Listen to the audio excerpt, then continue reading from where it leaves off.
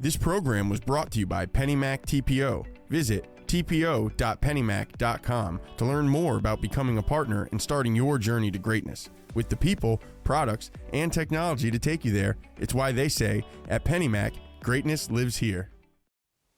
Welcome to The Interest. I'm Christine Stewart, and everything continues to be topsy-turvy in the mortgage industry. Earlier this year, we asked if people were migrating to red states or blue states based on social policies.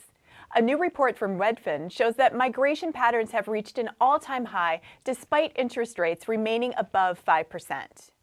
Even as the overall housing market has cooled this spring and summer due to mortgage rates and economic woes, the share of relocating buyers out of all buyers is at an all-time high. That's because high home prices and mortgage rates combined with permanent remote work are motivating buyers to move from expensive parts of the country to more affordable areas. A record 33.7% of Redfin.com users nationwide look to move from one metro to another in July, up from 32.6% in the second quarter and about 26% before the pandemic. Miami, Sacramento, and San Diego were the top three destinations for people looking to move in July. Miami was the most popular migration destination in July, as it was in the first half of the year. But migration into South Florida Metro is starting to slow, with fewer homebuyers looking to move to Miami than a year earlier. San Francisco, Los Angeles, and New York City remain the cities people are leaving the most, similar to earlier this year. Mortgage rates may not have slowed migration, but they are up again this week to 5.22%. That's up 23 basis points from last week when they dipped below 5% for the first time in months. The 30-year fixed rate went back up as well, over 5% this week, a reminder that recent volatility remains persistent. Freddie Mac says that even though rates continue to fluctuate, the recent data suggests that the housing market is stabilizing as it transitions to a more balanced market. What's happening with the market?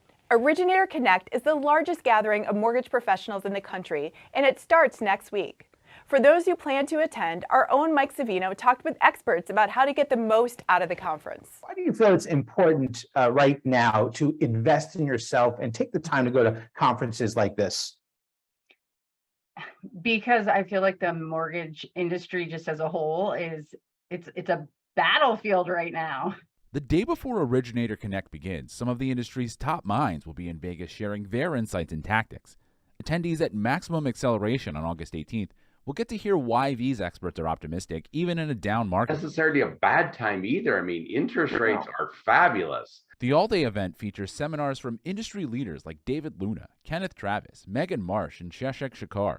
Other speakers include former Navy SEAL and reality star Don Mann and creativity expert Nir Bashan. Share with us an overview of one specific strategy just to kind of whet the appetites of the audience. And in the past, we thought, okay, it's marriage before mortgage. It's not.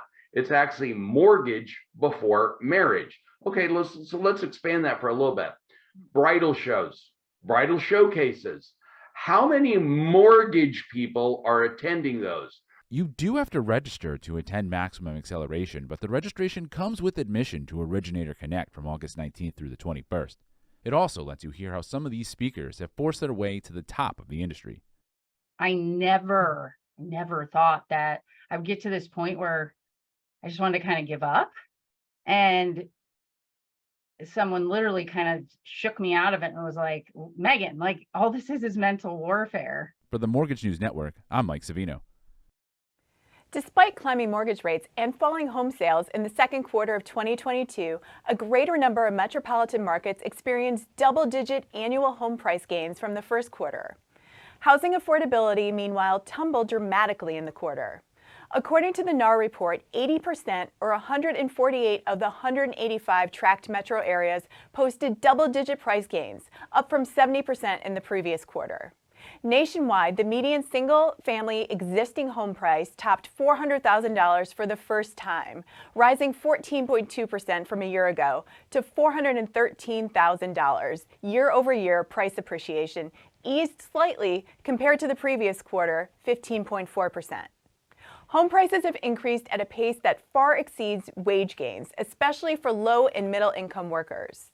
The monthly mortgage payment on a typical existing single-family home with a 20% down payment jumped to $1,841.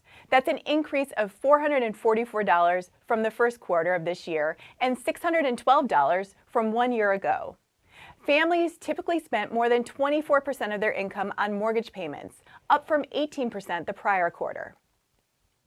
This program was brought to you by PennyMac TPO. Visit tpo.pennymac.com to learn more about becoming a partner and starting your journey to greatness. For more on these and all of today's top stories, visit mortgagenewsnetwork.com.